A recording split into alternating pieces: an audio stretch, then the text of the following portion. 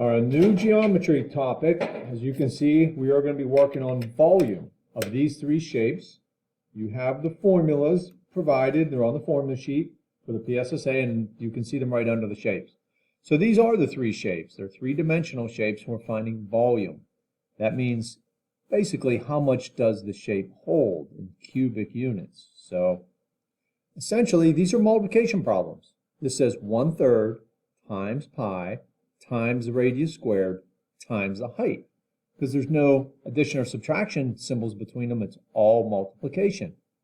For the sphere, it's 4/3 times pi times radius to the third power.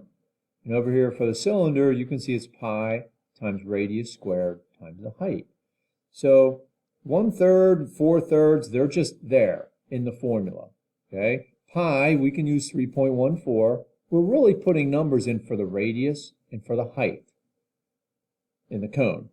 In the sphere, just the radius gets put in, and in the cylinder, we will substitute in the radius and the height. So your first objective is to be identify the correct formula to use is based on the shape.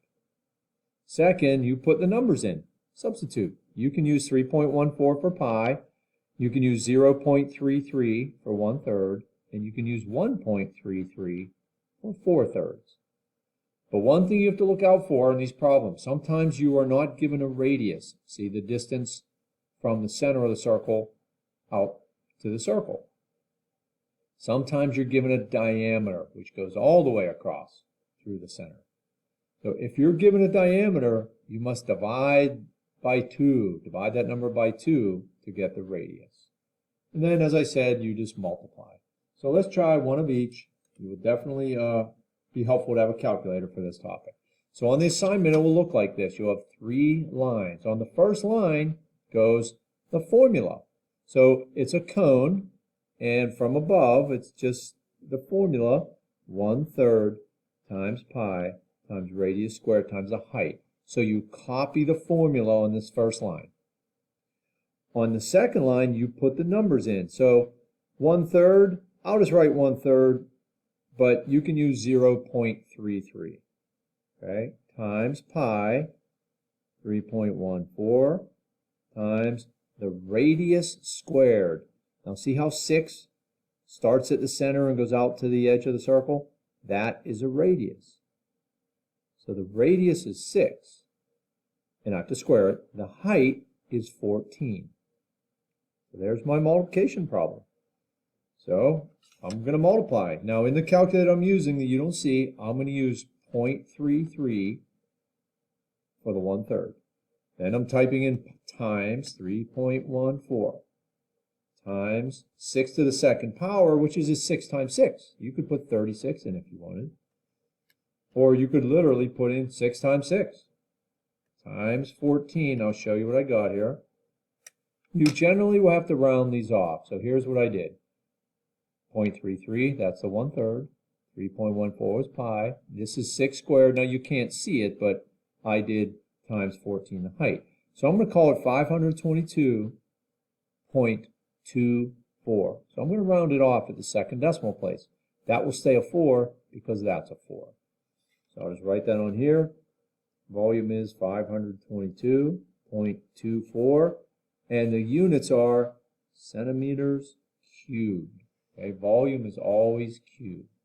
So across this paper I will go the cylinder, pi r squared h. Again, write the formula. Okay, pi is 3.14. No fractions to worry about in this one. Now the radius is not 10. You see how 10 goes all the way across the circle? I need to divide that by 2. Okay, that's the radius, the 5. So make sure you do that if you're given a diameter. So I'll do 5 squared times the height here is that 12. There's my multiplication problem all set up. So now multiply. 3.14 times 5 to the second power. I'll just use 25 times 12. And I got 942 exactly. Okay, so no worries on rounding there. 942 inches cubed. Okay, one more. A formula, again, from the formula sheet. You do not have to memorize these ever. Now notice the difference. This is radius to the third power. These other two formulas are radius squared. That's often a mistake that people make. They will square this one. Okay, 4/3, I said you could use 1.33 times pi, 3.14. Now I make sure that's a radius and not a diameter. It is a radius, so I'll do 8 to the third power. Again, if your calculator doesn't do exponents, do 8 times 8 times 8. That will work just fine. A little longer, but it will work. So 1.33 times 3.14 times 8 to the third power.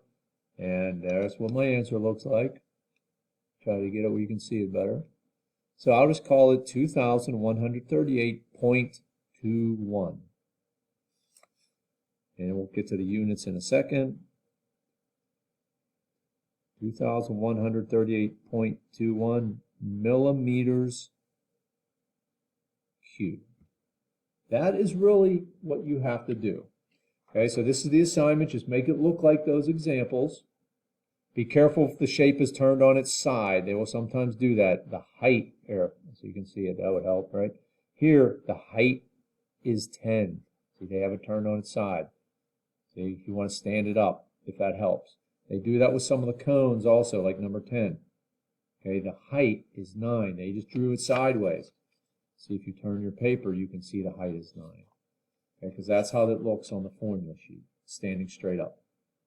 Well, as always, if you have any problems, need any help, let me know.